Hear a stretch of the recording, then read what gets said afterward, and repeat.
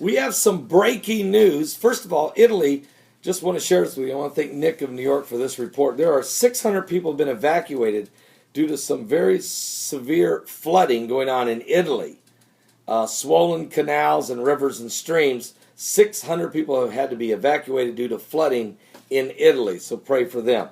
Now, there's some information breaking out of Iran. I want to thank Reverend Gary for this report. If Iran today, if you remember, there was the deal that was signed. 6 superpower nations signed a deal with Iran. The United States, Russia, China, the United Kingdom, France, and Germany all signed a pact, signed a deal with Iran that effective today, January 20th, 2014, they were to stop enriching uranium. And if by doing so, there'd be they were to stop, take a 6-month break from it, and if they'll do that, there would be $8 billion of sanctions that are against them would be freed up.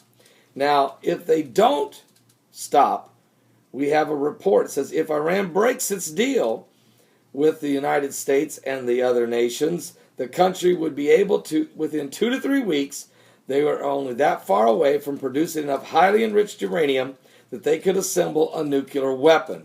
That's according to the former deputy director of the IAEA, or the International Atomic Energy Agency. Harion directed the Safeguard Division of the United Nations body charged with enforcing the agreement or treaty. He has asked today on Aaron Klein's WABC radio show about the time frame in response to statements from Iran's top nuclear negotiators, who boasted last week that Tehran can nix its deal with the West and resume enriched uranium to the 20% levels within a day if so desired. In other words, they're right there. They're very, very close. The response that Iran wanted it would currently take the country 2 to 3 weeks to have enough uranium that they could make a high enriched one single nuclear weapon. So they're that close. Now, you do know that Benjamin Netanyahu has been screaming that this deal with the 6 superpowers is really not worth the paper it's written on. There's no safeguards. There's no inspections that of any significance to guarantee that Iran is not enriching or uranium or not already assembling nuclear weapons. I'm telling you, we're on the brink of Psalms 83, because the Bible tells us in Zechariah 2, you better not touch or dare not touch the apple of God's eye, which is Israel. And it goes on to tell you that God said in Zechariah 12 that he would make the city of Jerusalem become a cup of trembling, a burdensome stone to all people that burden themselves with it. But he goes on to say that if you come against them, you'll be broken into pieces. And then in Zechariah 12:9 it says, for the Lord seeketh to destroy all nations that come against Israel. So when you understand that this situation that's developing, Israel could very well launch a preemptive strike on Iran and do it unilateral attack. Now, in Psalms 83, it talks about this conspiracy, if you will, or confederacy of nations that would come against Israel and say, come, let us wipe them out, basically, take them away from being a nation, that the nation of Israel be no more remembered. Now, at the time that David prophesied that in Psalms 83, Israel wasn't a nation. Israel didn't become a nation in 1948, but they are now.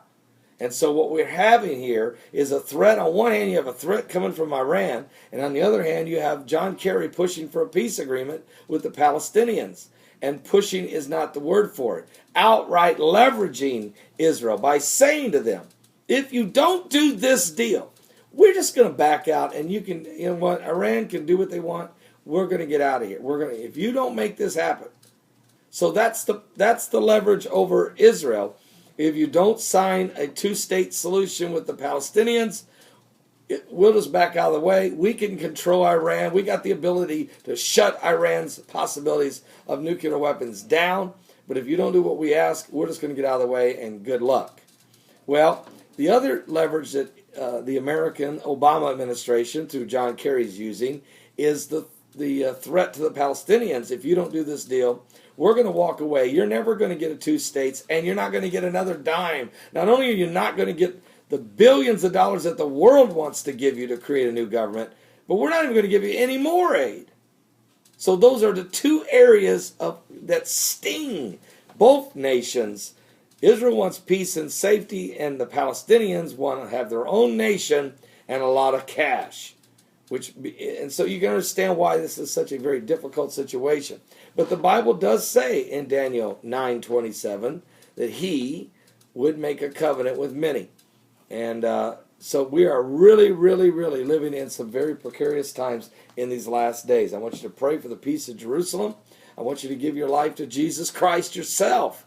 Repent, be born again. I want you to get your families to start understanding the time of the apocalyptic time we're in, because we're truly in the last days. I'll see you guys today. Don't miss my show. It's going to be powerful from 12 noon to 3 p.m. Eastern. That's 12 noon to 3 p.m. Eastern at www.paulbegleyprophecy.com, www.paulbegleyprophecy.com. God bless.